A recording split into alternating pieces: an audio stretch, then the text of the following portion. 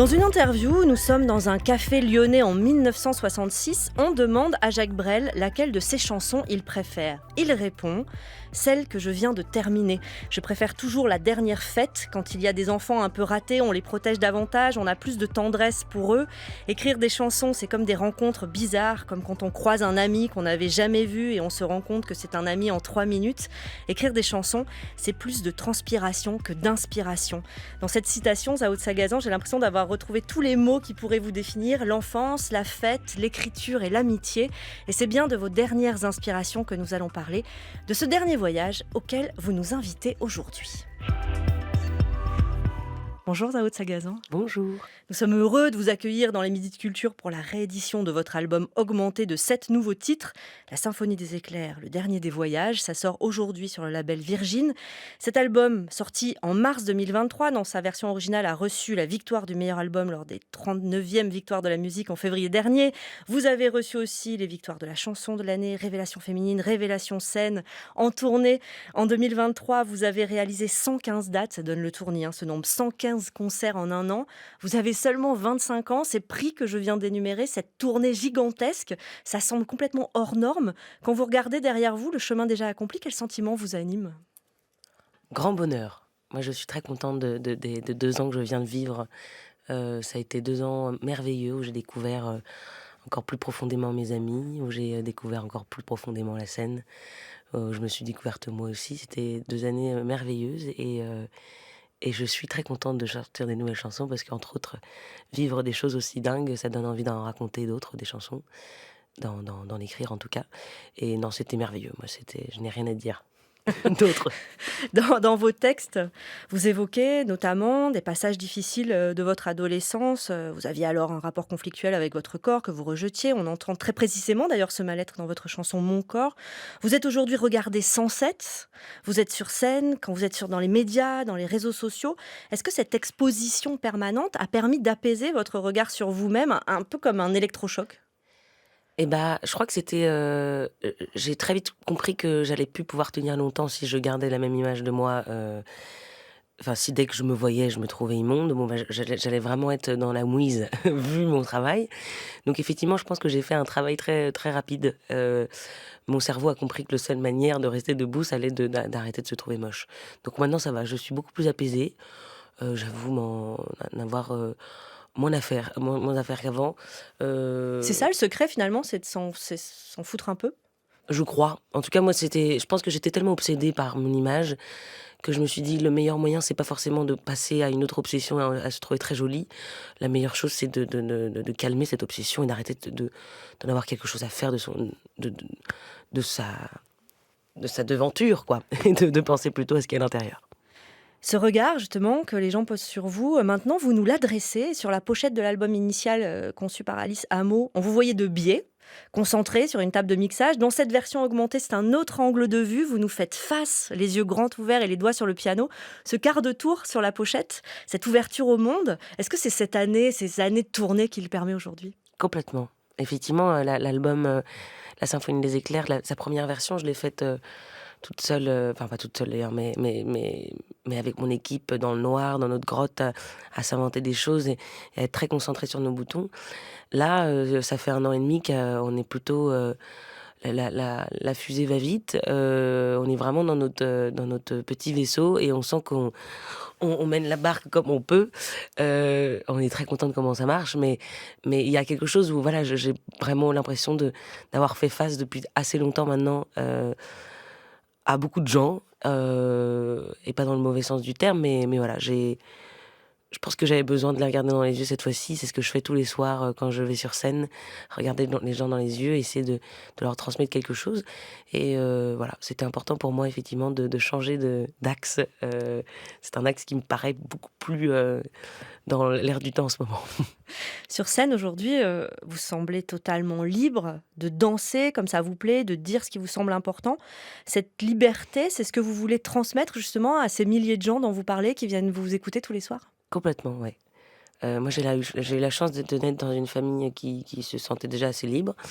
Un papa qui nous a toujours invités à l'être libre, original, complètement soi. Et moi, ça m'a pris beaucoup de temps parce que je me mettais beaucoup de barrières, mais toute seule.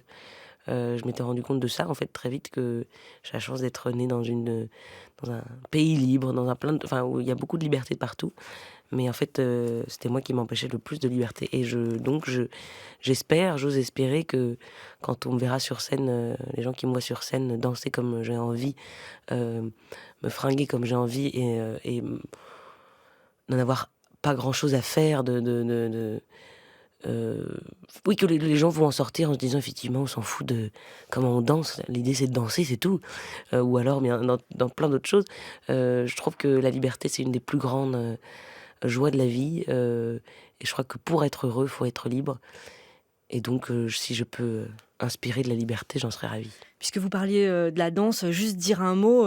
Votre sœur aînée, je crois, vous coach, vous aide, chorégraphie. Et votre sœur aînée, c'est Leïla K. On la voit souvent sur les scènes contemporaines, encore récemment au 104. C'est une grande chorégraphe. Comment se passe cette collaboration entre vous? Une famille d'artistes, quoi. Complètement. C'est ma grande sœur, je l'aime déjà énormément. J'aime toutes mes grandes sœurs, mais Leïla, on a effectivement une relation assez étonnante parce qu'on se voit la plupart du temps pour travailler.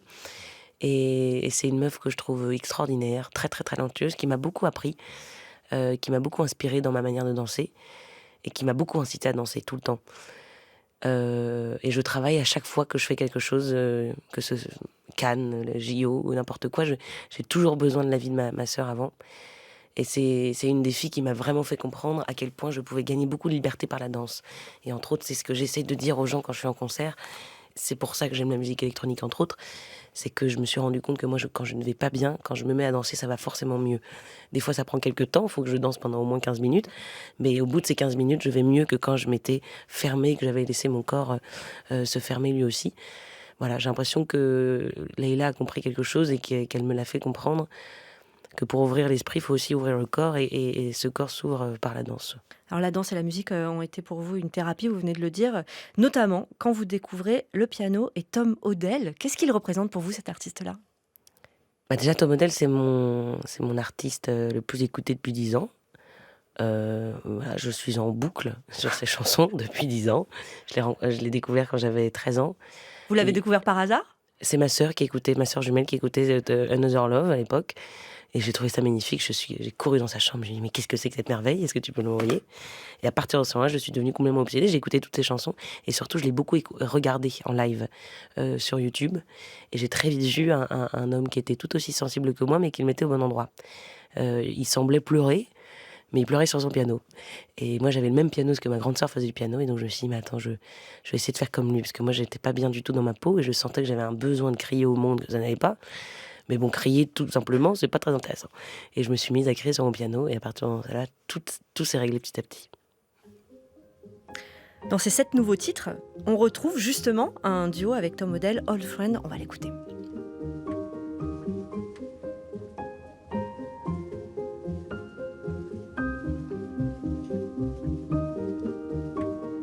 Quand la machine m'emporte vers les paysages, il vient et m'apporte des larmes de passage. Quand la solitude vient me rendre visite, j'ai pris l'habitude alors de l'inviter. Il vient chanter pour moi, me fait pleurer parfois.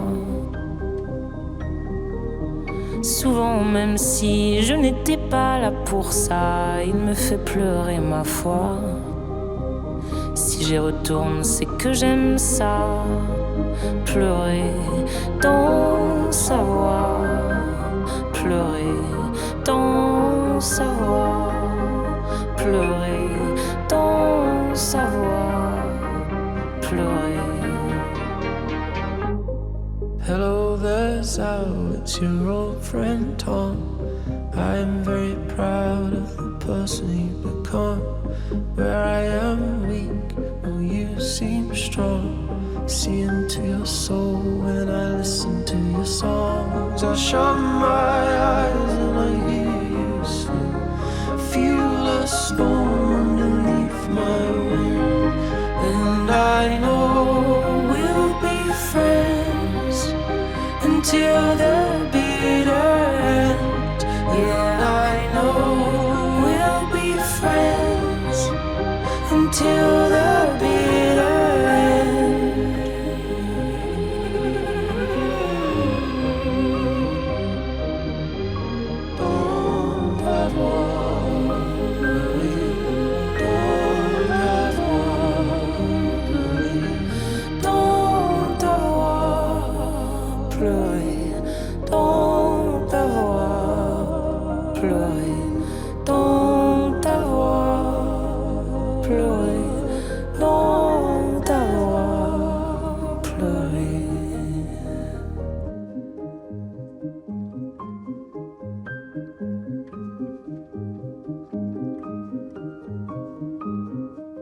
devait être émouvant de chanter avec Tom Odell. Comment elle est née cette chanson? Racontez-nous.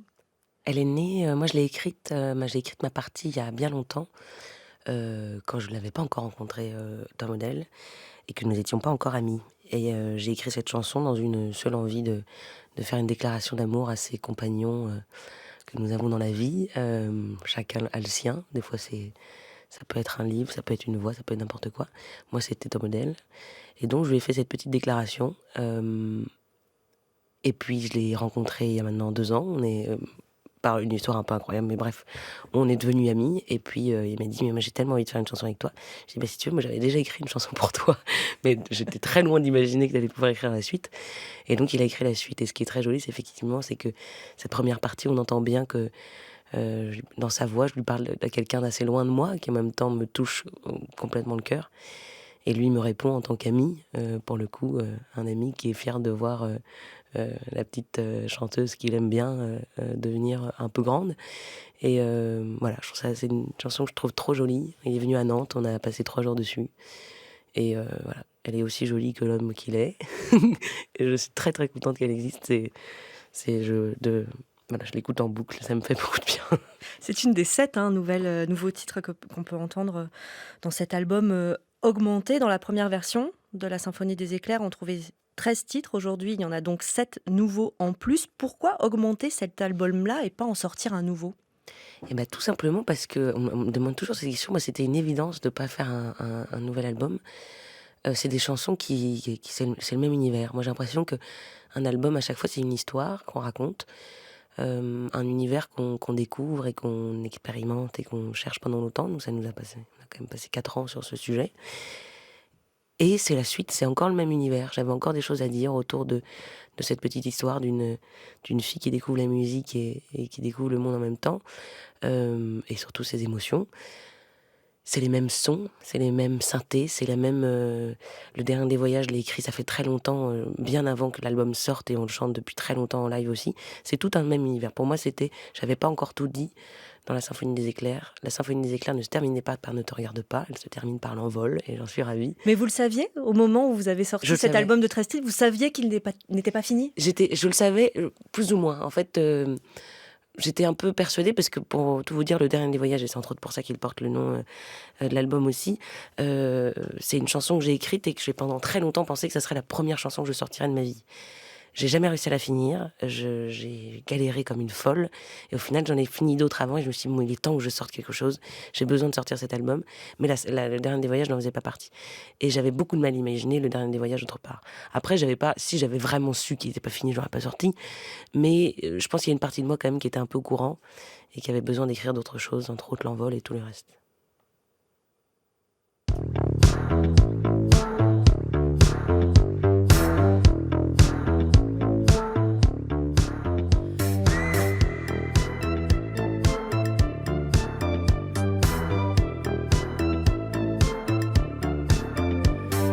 Au travers de l'humain, on comprend des choses, controversons nos travers, en vers ou bien en prose. Regardez-moi de travers, je prendrai la pause. Moi je les aime, mes travers, donnez les vôtres, j'en ferai quelque chose.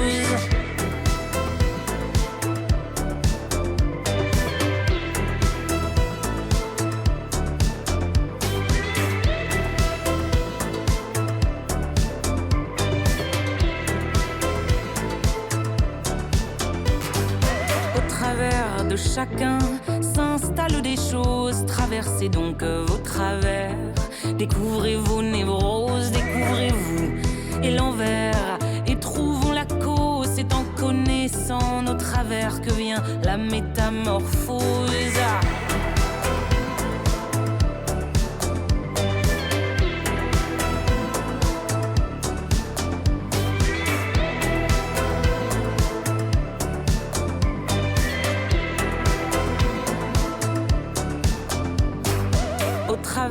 Aux manies, je vous mets en lumière, je me fais face, fini le déni, fini les manières, blablabla, bla bla bla, et je le redis, père, mère, sœur, frère, c'est une histoire de famille, une histoire de travers,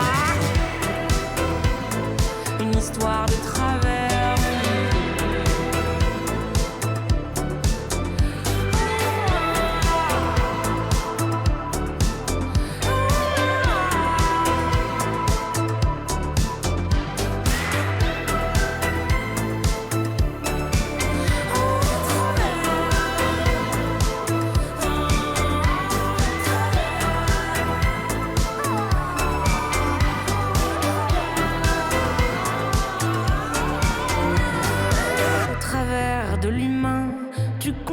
choses, controverses tes travers, en vers et puis en prose, découvre l'endroit et l'envers, analyse la chose, en comprenant tes travers, viendra la métamorphose.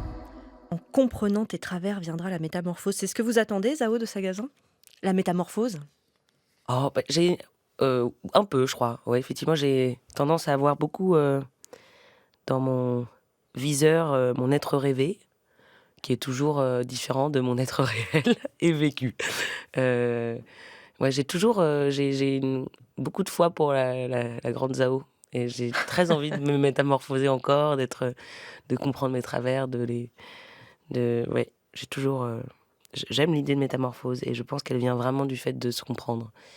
Vous nous disiez que ces 7 nouveaux titres, c'était comme des nouveaux chapitres dans cette histoire qui a commencé maintenant en 2023. Quelles ont été la source d'inspiration de ces 7 nouveaux titres-là ?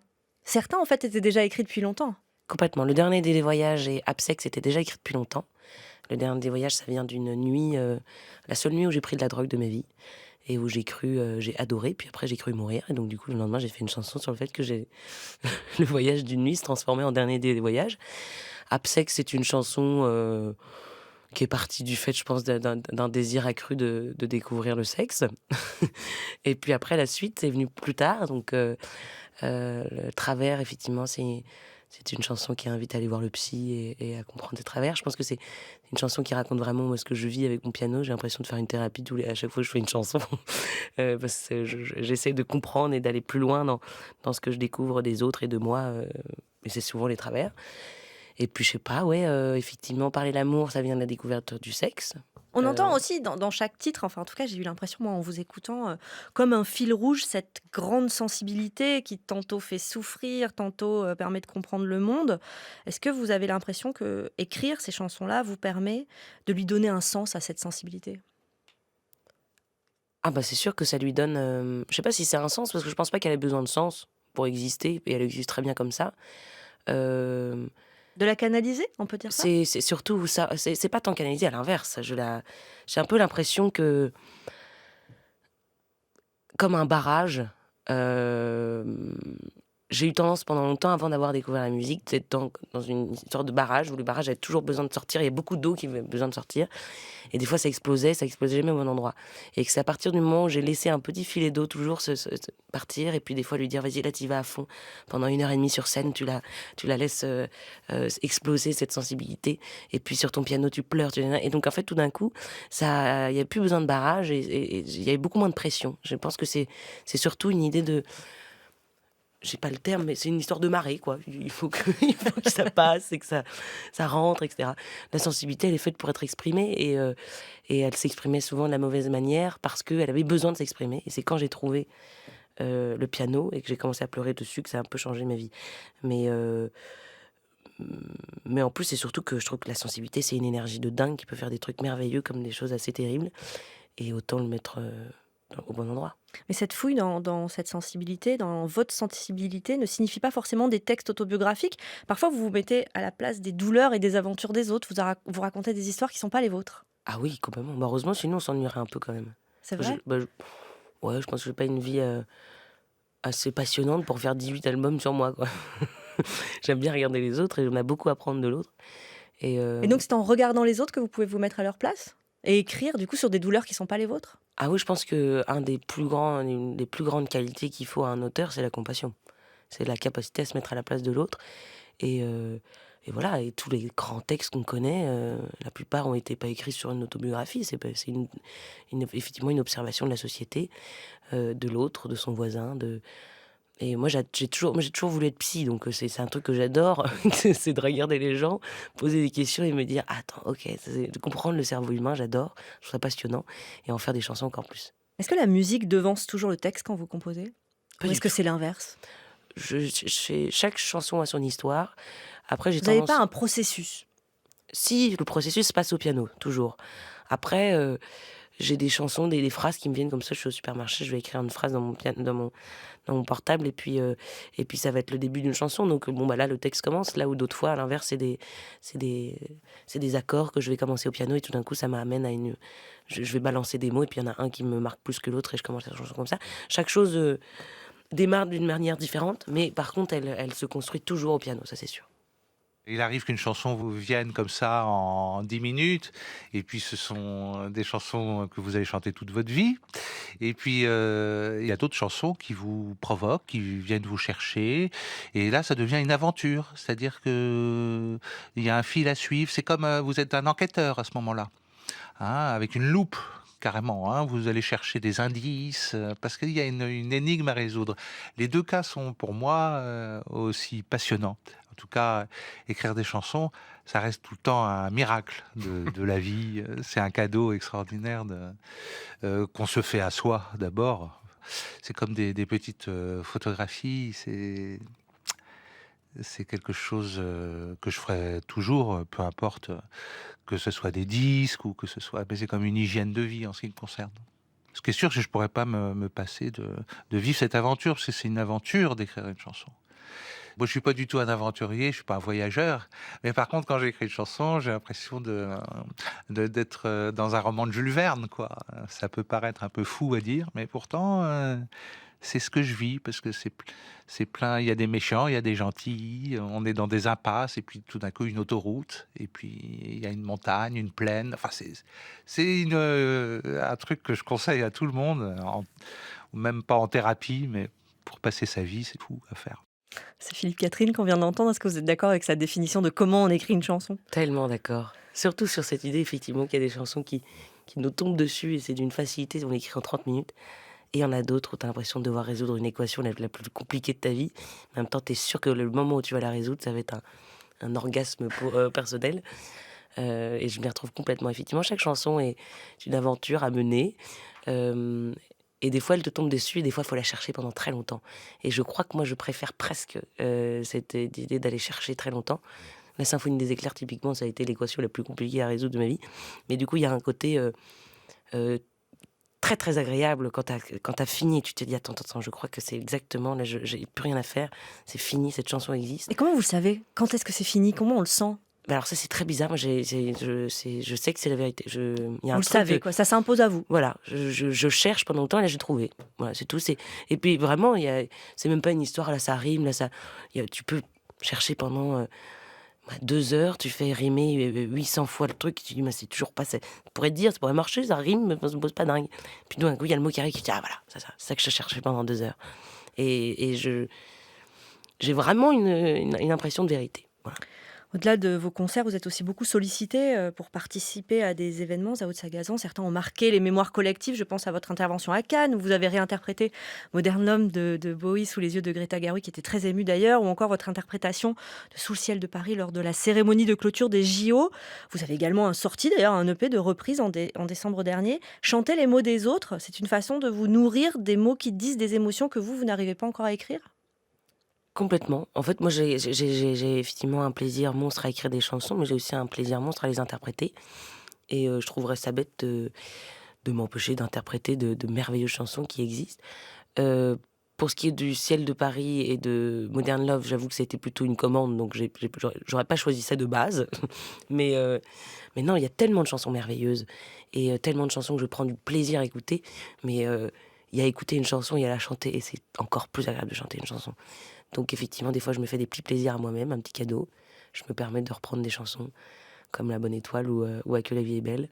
Et puis aussi, je pense que c'est une manière des fois d'avoir envie de remettre À que la vie est belle. Typiquement, je me disais, c'est pas possible que cette chanson ne soit pas connue de ma génération. Elle est tellement extraordinaire. Et donc c'était une manière pour moi aussi de rendre hommage à une femme que j'adore, qui est Brigitte Fontaine.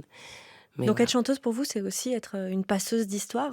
Ah mais complètement, je ne fais que ça, raconter des histoires. Je me raconte des histoires, puis après je les raconte aux autres. C'est tout ce que je fais. Moi je passe ma vie à rêver, à m'inventer des histoires d'amour, à m'inventer des ruptures, à me dire mais je suis la plus grande rêveuse du monde.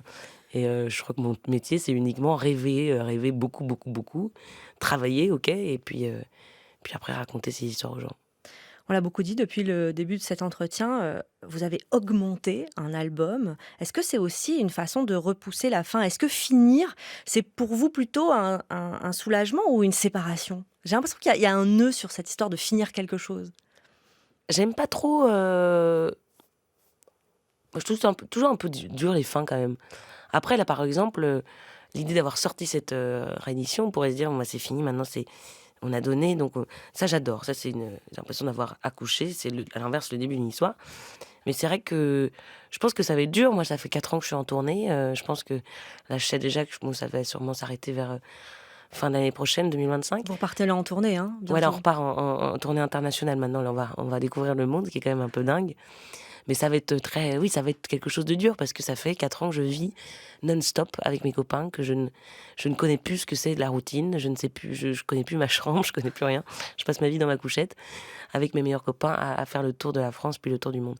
Donc c'est effectivement, les fins c'est compliqué, et peut-être qu'effectivement il y a une partie de moi qui a voulu faire une réédition aussi pour continuer l'histoire de la Symphonie des éclairs. Encore un peu, pour continuer encore un peu. Exactement.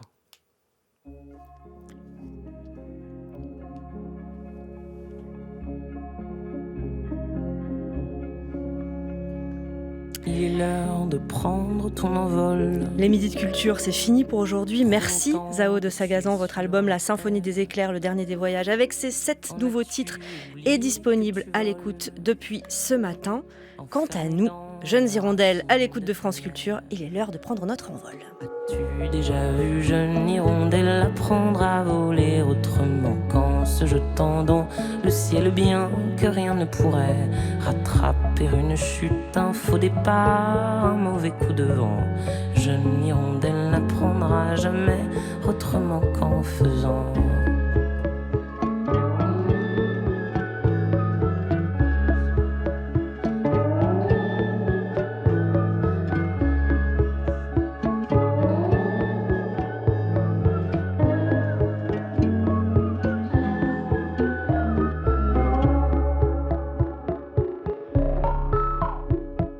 Jeune hirondelle a besoin du vent, d'une mer qui l'incite à voler, à rêver, à prendre son temps. Et quand bien même il lui manque des plumes ou bien des parents aimants.